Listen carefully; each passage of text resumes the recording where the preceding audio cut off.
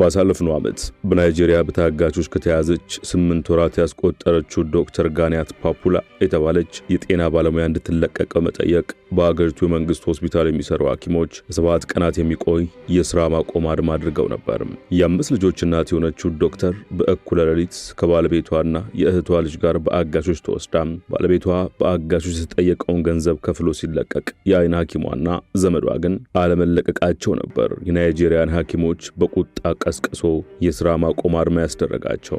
በሥራ ማቆም አድማው የአደጋ ወይም የአስቸኳይ ጊዜ ሕክምና አገልግሎት ጭምር እንደማይሰጡ የገለጹት ናይጄሪያውያን ሐኪሞች የጸጥታ ተቋማት ዶክተሯን ለመታደግ በቂ ሥራ አልሰሩ በሚል የሕክምና ማዕከላትን ባዶ አድርገዋቸው ነበር። ከኬንያ እስከ ኮሎምቢያ፣ ከህንድ እስከ ኒውዚላንድ፣ ከናይጄሪያ እስከ ብሪታንያ ከ100 ሺዎች እስከ ሚሊዮን የሚደርሱ ቁጥር ስፍር የሌላቸው የሕክምና ባለሙያዎች ዝቅተኛ ደሞዝ፣ የሥራ ምህዳር ጥራት ጉድለትና የመሳሪያ እጥረትን አንስተው አድማ የመቱበት የሕክምና ማዕከላት አገልግሎት ፈላጊዎችን ማስተናገድ ያልቻሉበት ከዛም አልፎ ክብሩ የሰው ልጅ ሕይወት አደጋ ላይ የወደቀበት አጋጣሚ በርካታ ነው።